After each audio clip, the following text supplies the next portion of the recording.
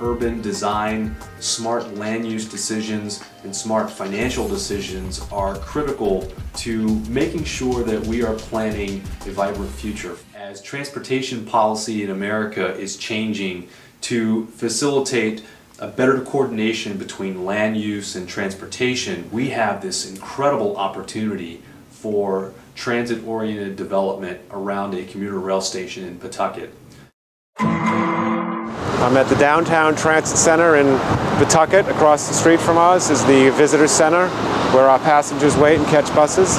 This is an area where 10 routes service this downtown Pawtucket on every day. Pawtucket is a prime area for investment for transit in Rhode Island. Providence is first as the largest. Pawtucket is already a very dense community, which works very well for transit, so this is an area Ripper is focused on trying to develop further. In this area, we're going to have our rapid bus route. We'll be running from downtown Pawtucket all the way to through downtown Providence out to Broad Street.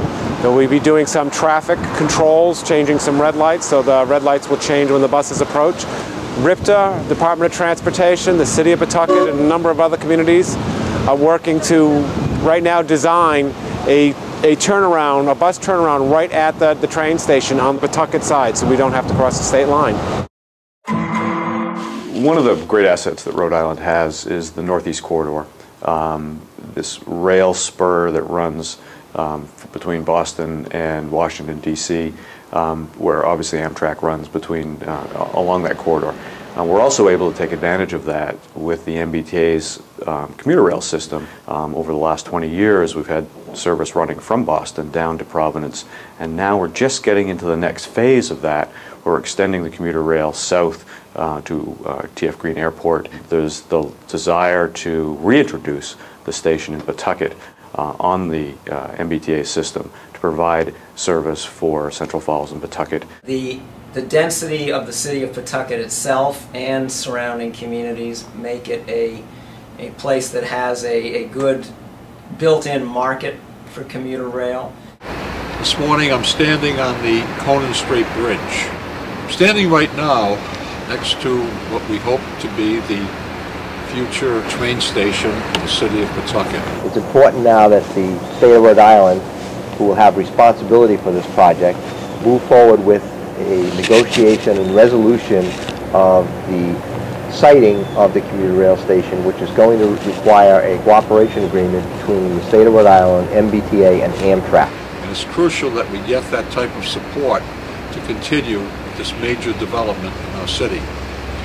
This project will be the greatest economic development project ever put forth by the city of Pawtucket. We need the assistance of the delegation on is to deal with Amtrak and to resolve some of those issues related to not only the commuter rail station, but also the replacement of the Conan Street Bridge, which I'm standing on right now. One of the key elements that we're going to have to wrestle with is the one of liability. Take a look at where I'm walking and what I'm walking through, working around, how critical this bridge is, and what a sorry sight it is right now for the citizens of our city. And we need to be thinking about ways of addressing the possible liability issues, because that has been the #1 stumbling block to really expand and enhance rail traffic. So getting this bridge completed and having Amtrak deal with issues related to the commuter rail station in an expeditious manner is going to be important. Last year we partnered with the City of Woonsocket, along with other communities in Blackstone Valley, to sponsor, with the help of the Statewide Planning Challenge Grant Program, a study that looked at an interstate rail commuter program extending from Woonsocket through Blackstone Valley to a station in Cumberland, through Pawtucket to the new station there, to Providence and the station that you see behind me, to Cranston and to Warwick. On a preliminary basis, for a number of reasons, it came out very positive. One of the reasons is that a lot of the infrastructure is already in place. You can see the station behind me. It would use that station. It would use the Woonsocket station. It would use the new station that the state is building in Warwick. It would use the new Pawtucket station. The other two reasons is that it really covers the densest part of the state.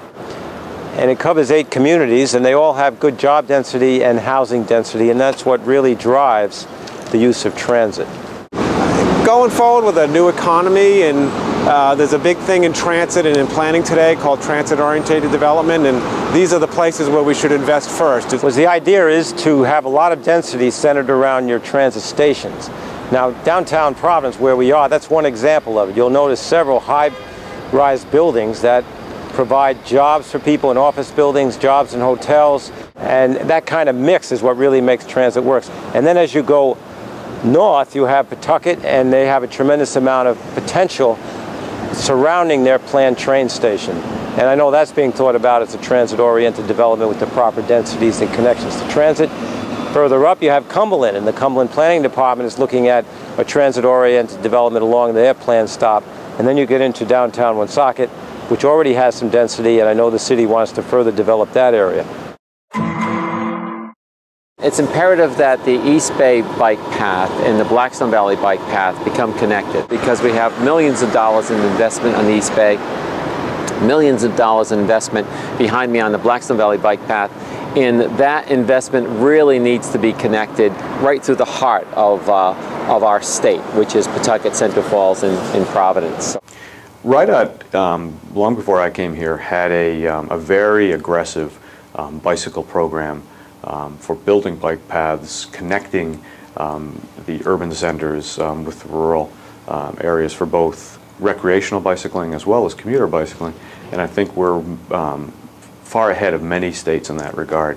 Our good friends in Massachusetts lament every day that Rhode Island has figured out how to build their bike path and has 18 miles of the Blackstone bike path built, yet they have scantily 2 miles built. So we had some great years. We had some great years. Now is not the time. With the economy the way that it is, now is not the time to lessen that pressure. We do have an opportunity to link up the Blackstone bike path down into the urban core. There are some environmental challenges, some real estate challenges to do that. And I think of the businesses along Broad Street in Central Falls and in Pawtucket, and I think of the downtown here in Pawtucket that could be so much better, so much richer once we cultivate and really accelerate that culture of biking, using the bike path as the platform. And I think if we could work a little bit harder, we could really drive bike traffic to these businesses, bikers to these businesses, and really change the entire economic profile of the Blackstone Valley. There are limited resources. We have a lot of challenges in Rhode Island with regard to our infrastructure for highway and bridge, rail, as well as bike paths. So finding the right balance between all of those will always be a challenge. There's no better money that has ever been spent in this state than on those bike paths. If Rhode Island, including and especially Pawtucket, are going to reach their potential, and I think there's a lot of untapped potential both in Pawtucket and in other parts of Rhode Island, we're going to have to take advantage of our assets. And in this age of increasing energy scarcity and increasing energy prices, one of our best assets is our relatively compact development patterns. But we can't capitalize fully on that asset if we don't enhance and improve our public transportation system. We should have more resources towards transit, more resources towards properly developed areas around transit to make sure that transit works. Growth is going to be in transit. That's where we have to make an investment in Rhode Island, using the existing infrastructure that we have, including Northeast Corridor. Where our growth is going to come from is exploiting and expanding that infrastructure, that rail infrastructure that we have, as well as looking to other alternative transit opportunities in addition to the traditional highway infrastructure. The best thing I could say about Pawtucket is that it's a nexus of opportunity. All of these things are happening right here in the heart of Pawtucket. And when the transportation piece, the downtown, and the riverfront coordination all come together, I would say over the next 5 years, this is going to be a totally new place.